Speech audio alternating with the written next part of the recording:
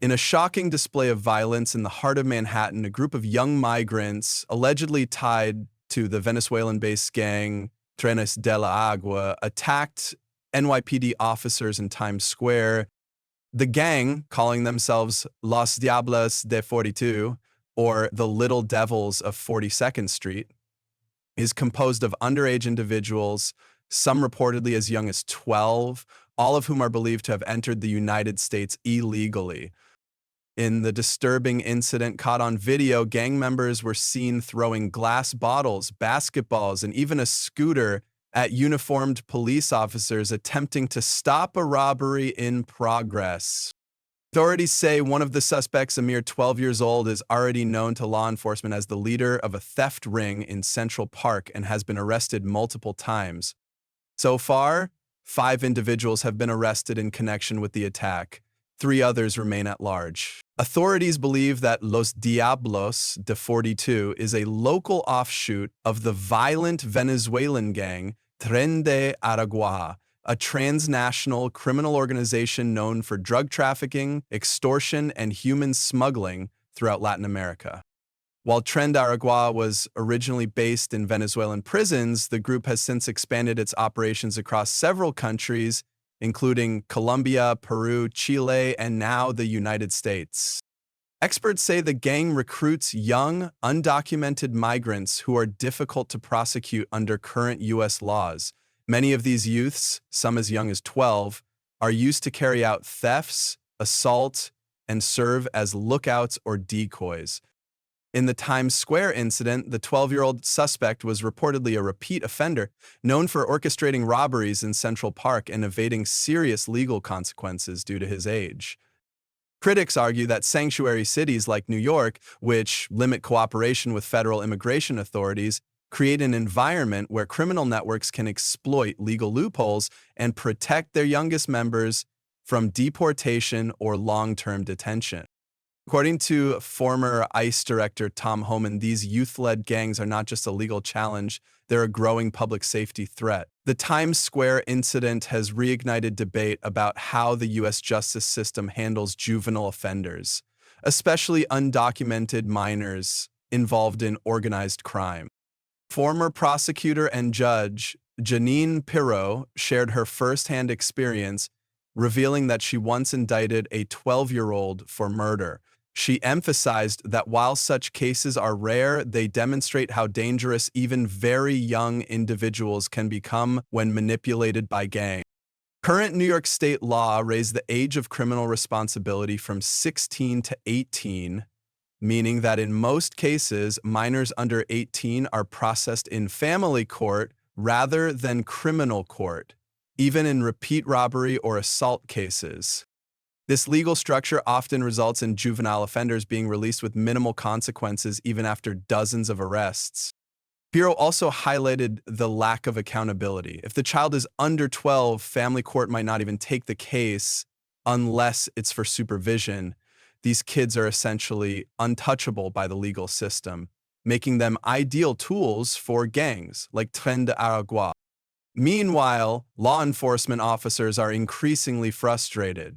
NYPD officials say their ability to protect the public is being undermined by political decisions that weaken their authority and limit cooperation with federal agencies. The attack in Times Square has sparked renewed political tensions between supporters and critics of sanctuary city policies. Critics argue that New York City's refusal to cooperate fully with Immigration and Customs Enforcement, ICE, has enabled criminal networks to flourish. Former ICE Director Tom Homan condemned the lack of cooperation, stating, "If you're brave enough to assault an armed officer, you're even more dangerous to unarmed civilians." And yet these individuals are protected by sanctuary policies. According to Homan, ICE agents should be allowed to coordinate with local law enforcement to apprehend and deport violent offenders. He suggested a return to the strategy he used as DA, directly notifying the jurisdiction and proceeding with arrests, whether local authorities agree or not. Meanwhile, conservative commentators have blasted what they call the liberal governance trap, where taxpayer dollars are used to house and feed individuals accused of attacking police officers and robbing civilians. Critics point out that under current policies, some of these migrants stay in city-funded shelters, which are allegedly being influenced or even infiltrated by gangs. Youths are recruited within those shelters because gangs know minors are difficult to prosecute. Supporters of sanctuary cities argue that their policies protect immigrant communities from unjust deportations and promote trust between undocumented residents and law enforcement. However, even some liberals now admit the current system may be failing to address violent offenders. The events in Times Square have reignited a broader national debate about illegal immigration and crime. While some argue that undocumented migrants commit fewer crimes than U.S. citizens, others point out that statistics often blur the line between legal and illegal immigrants. That's conservative analyst Greg Gutfeld criticized the claim that illegals commit fewer crimes, stating that many crimes involving undocumented individuals go unreported, especially when they target other undocumented victims who fear deportation if they come forward.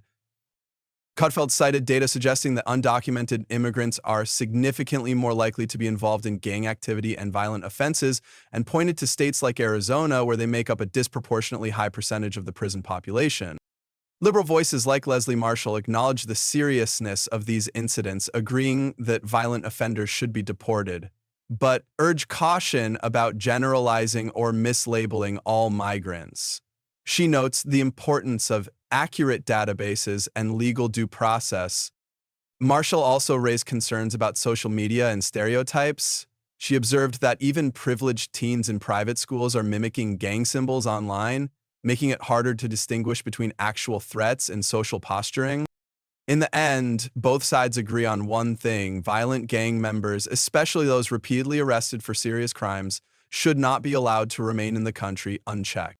The challenge lies in identifying real threats, enforcing the law fairly, and ensuring public safety without undermining constitutional rights. To understand the growing threat of youth gangs like Los Diablos de 42, it's important to examine the origins of their parent organization, Tren de Aragua. Tren de Aragua was born inside the Tocoron prison in Aragua State, Venezuela, around 2009. The gang began as a group of inmates who controlled internal prison activities, but quickly evolved into a highly organized and violent cartel.